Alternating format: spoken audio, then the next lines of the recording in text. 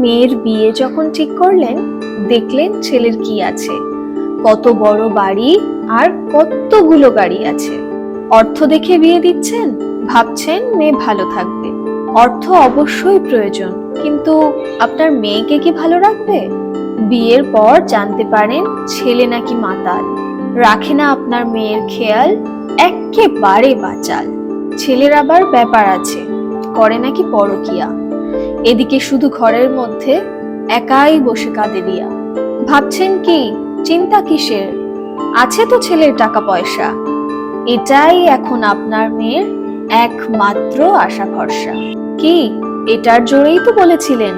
অবস্থা কিন্তু খুব জোরালো, দেখবি তুই, থাকবি ভালো। ছেলেও কিন্তু কম যায় না, দেবেই তোর সাথ। দেখলেন তো ভাগ্য কেমন, পড়লো বাজিমাত।